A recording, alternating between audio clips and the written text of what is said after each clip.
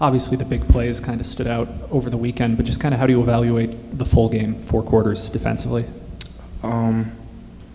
We stood our ground, a couple bends, but we didn't break. I felt like that's our identity, and that's how we want to play a full game, just all 4 quarters, no matter what the situation is. You go out there and you play your best play every snap. So we didn't worry about what the other side of the ball was doing or what was going on.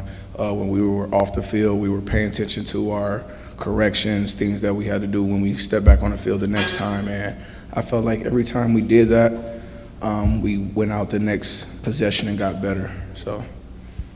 How much confidence does a performance like that give you guys going forward? We as a team and as a defense, we know what we can accomplish eternally, and that's what we work forward to. But just to get these type of wins and these nail biters and come out victory, because it could have went the opposite way just as easy as it went our way. So we just learned to, take the bumps and bruises and keep going. Just play every play like it's your last. How big of a boost was it? I mean, we saw it, but for y'all on the field, getting Otis back in that second half.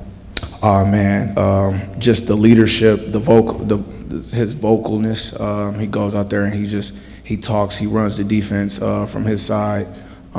He makes sure everything gets relayed down the line and everything. So it's a big plus, and plus his physical abilities. He's just an amazing guy to have behind you when you're out there playing.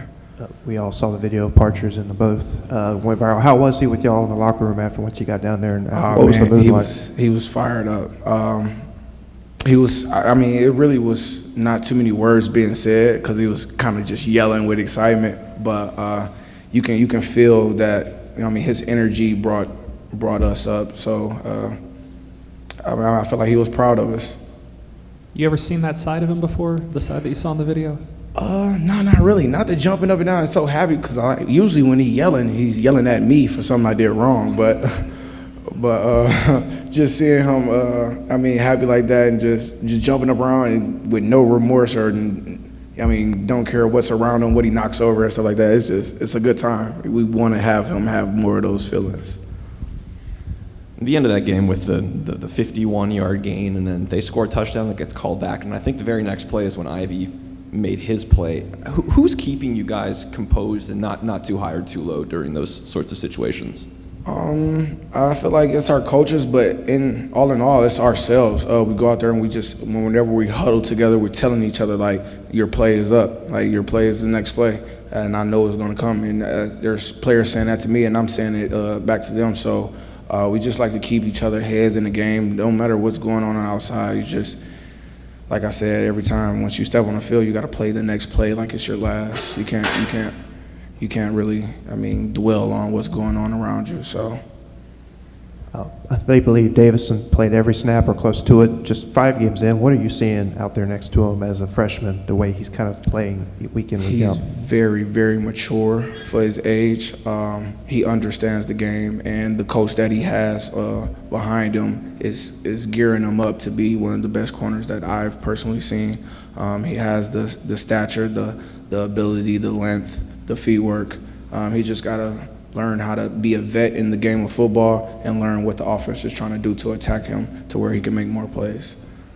Lane was talking about how important the crowd was Saturday. From you guys' perspective on the field, what is the importance? Like, what does a full crowd do for you guys? A full crowd it just brings our energy up to a level that can't be touched. I feel like once the crowd is in it, we're feeding off their energy, and it's hard for the opposite team to get back in the game when you have constant noise in your ear or just constant rants and yells and stuff like that. It's hard to really focus when you have that type of atmosphere around you. So the crowd is just, they pump us up, they get us going, and they take our energy to like the next level.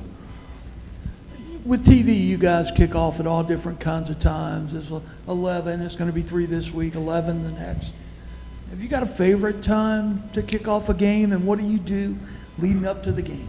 I like to wake up and play, but previously being in the MAC, I played games on Wednesdays, Tuesdays, Thursdays, like any time of the day. Whenever you call and make the game scheduled for that time, that's when I'm going to be ready to suit up and boot up. Talk a little bit about Rodriguez, their back. He had just come back. I mean, obviously it was his first game back. Don't know if he was really in game shape yet, but he ran the ball very hard, didn't he? He was a very hard runner. He didn't really have a lot of moves on the outside or moves to shake you. So that's some of the things we had to pay attention from the first half to the second half. We saw that he was a very downhill runner, a very physical runner. So we needed to get bodies to the ball, most of all, and tackle with good technique. Sometimes it didn't show up, but most of the times it really did.